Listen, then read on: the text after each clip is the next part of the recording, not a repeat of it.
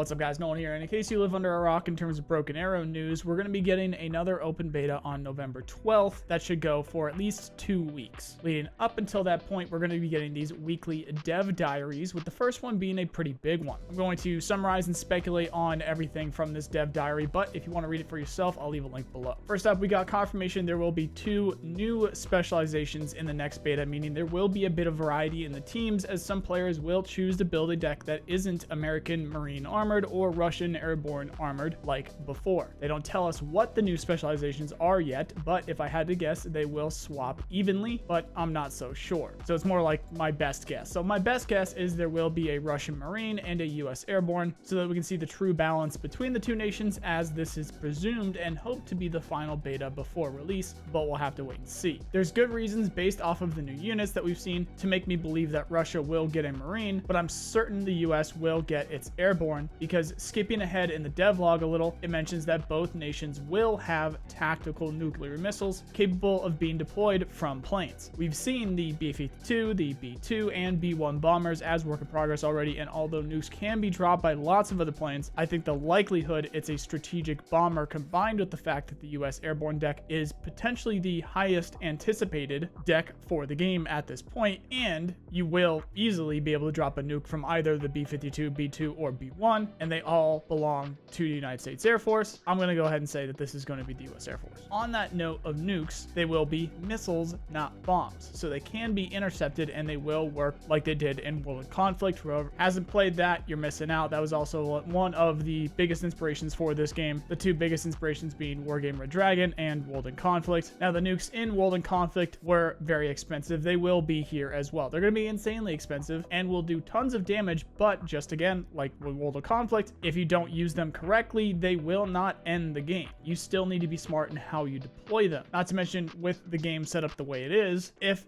another team sees that you're not really pushing, you're clearly saving a lot of points, and then they see a big strategic bomber come out, guess what? They're going to do everything that they can to shoot that down or intercept whatever you're about to do. So you got to be careful. Obviously though, people are going to get nukes off. We'll see what they end up looking like with this next test, because they are coming. Now the new Russian spec is a toss-up. It could be Marine, Motostrelki, which is a mechanized, or some kind of support deck. We've seen lots of work in progress, as well as even a trailer for the Motostrelki before, making them lean a little bit further ahead in terms of possibilities. Although if they do go Marine, it would be an even test for balance nation to nation. Personally, I think the Motostrelki would be more interesting because of the mechanized power. You would get all the new BMPs and BTRs, as well as several high value tanks to pair up next to that armored deck. They did buff infantry though, and the Russian Marines have always been seen as a tougher infantry tab than motorized or mechanized troops in these games. The last thought is support, because with the likelihood of the US Airborne deck, the Russians will need help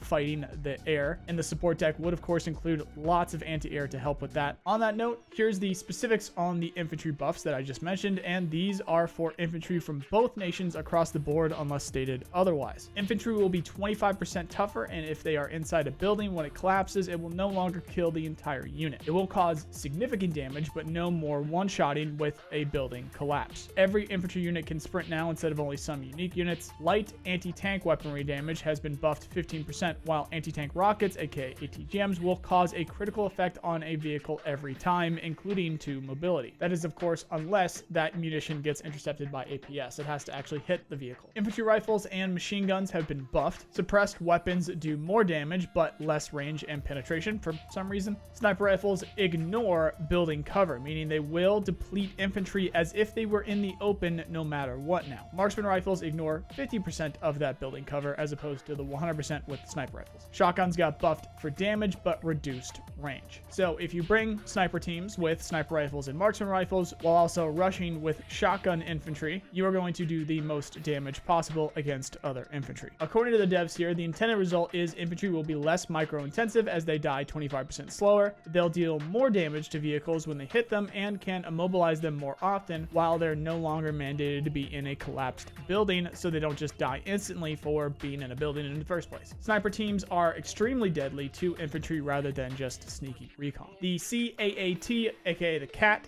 U.S. Marine squads can be equipped with javelins now, as well as TOW-2As or TOW-2Bs on top of the 50 cals or Mark 19s. These weapon teams are going to be very spicy against anything on the ground now, especially if you put them with javelins and Mark 19s. Javelins I would see as the best anti-tank that you can get, and Mark 19s being the best anti-infantry, albeit maybe the range is going to be a little bit lower. Although those TOW-2Bs are going to be top attack, so not too shabby there either. They added a reserve squad for the Marines, which are cheaper but have no anti-tank, just small arms, belt feds, and grenade launchers. The SMAW teams were adjusted to include anti-infantry munitions. The ACV was added, which I was incorrect before. It does not get APS, but it is heavily armored, amphibious, and can carry 30mm autocannons. They gave the FEP trophy APS, so you can make Marine armor decks now, where you get to include the FEPs with your SEP V2s and V3s to the Rolling Thunder with that APS. The M60 can be fitted with a 165mm gun, making it devastating to infantry and light targets, but presumably a short range as they always are. The Amtrak got a armor upgrade and can have some new weapons equipped. One is a thermobaric rocket launcher with 21 rounds, and the other sounds like a small mine clearing line charge,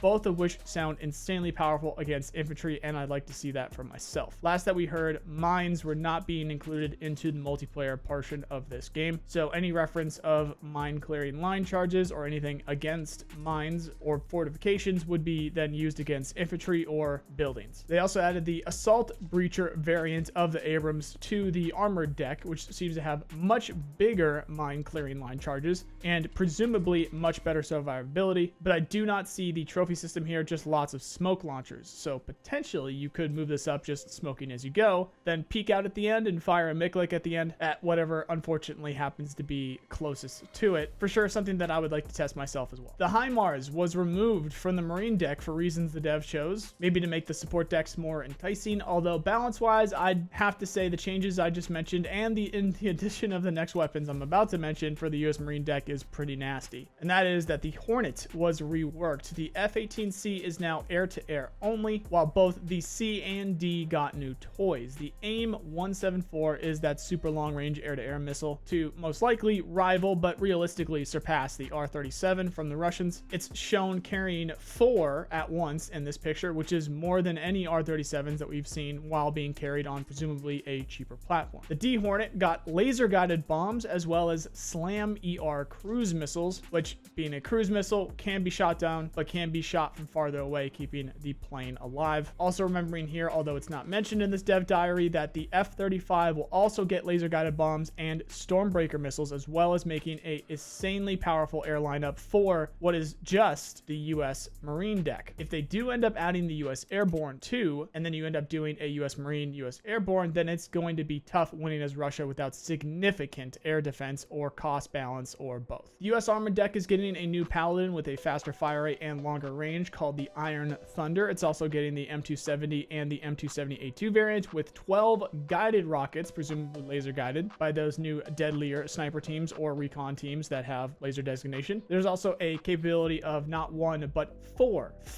PRSMs, which was the super long range HE missile from the HIMARS from the last test, for those who forgot. The devs even say it's specifically there to saturate enemy air defense, which you could easily do. After reading that, I really do hope to add some significant AA to the Russia specializations for balance reasons, because we all know people do love their artillery. Then last but not least, the Bradleys will be able to use the TOW-2Bs, which again are top attack, much more deadly than the regular TOWs when they do hit their targets, because they are going to be hitting them from above, which is more than likely lighter armor. Moving on to Russia, we have the VDV, which can now airdrop vehicles like the Skreshet and the BMD, where they couldn't before. The Strela and the Sturm was removed from these specializations, as those were compensation in the previous test for the inability to airdrop the BMD and the Skreshet. While on the subject of airdrops, I will tell you this now, and I'm going to continue to tell you for the rest of eternity. Do not drop anything as Russia unless you have full control of the air, especially with these AIM-174s now for the United States. You are going to get smoked if you don't. It is going to be fun to watch people try, and it will at least be easier now, though, because they've made it so airdrops drops will automatically happen when you click, and the planes will automatically return to base once they do drop their loads. But again, with these new anti-air capabilities, we'll see if they make it to where you want to actually drop those items though. That's all I'm saying. They added the Mi-24PN, which is a cheaper attack chopper, only capable of a single ATGM/missile pylon. You also can't bring choppers in the infantry tab anymore, just the helo tab, probably for balance reasons. There's a lot of choppers, but I don't know, that's kind of Russia, so let me know what you think of that one. The Su-25 was replaced with the MiG-35, a powerful multi-role ground attack jet. I really liked the Su-25 personally. It was a nice cheap tanky jet, but it will be somewhere else now. We'll see if it shows up with the new spec for Russia or not. Spetsnaz will have RPG-16s, which are longer range but smaller damage rockets. Drones got buffed significantly in this test. The small ones can hug the ground, while the large ones can see much further, and according to the devs, will require the enemy to come after them with a plane or risk getting your units, which are not properly covered, spotted, aka artillery that you have sitting in the middle of the field, ammo dumps, helicopters, etc. The US will be getting drones of their own finally, which weren't named but presumably are Predators, maybe Global Hawk. I think we've seen both already modeled before. I'm interested to see if those changes will mean anything other than wasting 30 to 100 points on drones that are just too slow. Even as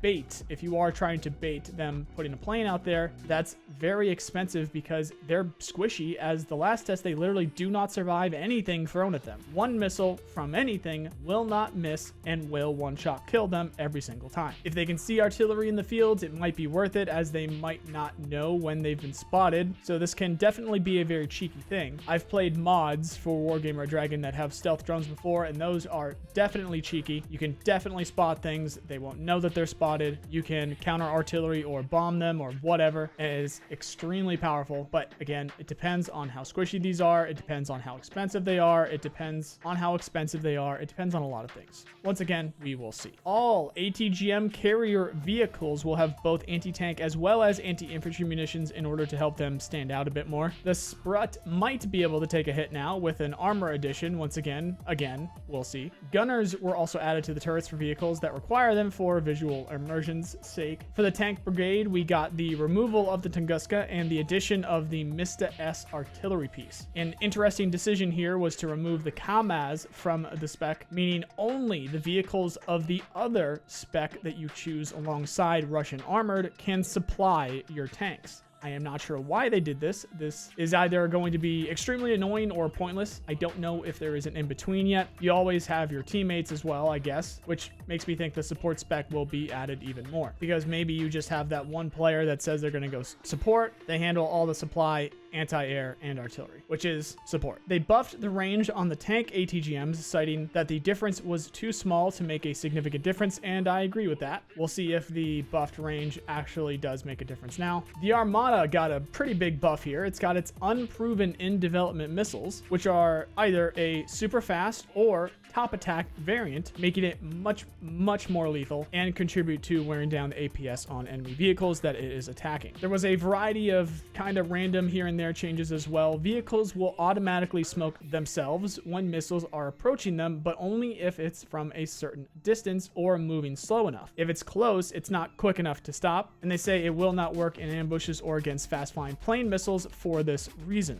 We've already spoken directly to the devs about the issues that would become of this, and they're gonna tweak some things. Artillery will automatically move to the range required to hit a target if you tell it to hit a target outside of its range. More than likely, it will be a straight line, so be careful with that one. I'm sure they'll move to the closest open field or enemy unit when trying to do this, because they always do. Hitting T will automatically scroll through your shell types for artillery now between HE, laser guided smoke, and whatever else. Surface to air missiles are more deadlier now. They can near miss when they blow up as close as they can, and if within a specific distance based on the payload, the plane will still take some damage. So, like real life, it will do its best to just blow up as close as possible to the target if it's not going to be a direct hit, with shrapnel getting the target. Depending on how close it is how much damage it will end up doing. Some AA missiles have terminal guidance now, where they have the possibility to go pitbull and track a target on their own completely autonomously if the connection is lost with the shooter. So the days of easily dodging some of those more expensive SAMs by ducking to the ground are over. It won't work with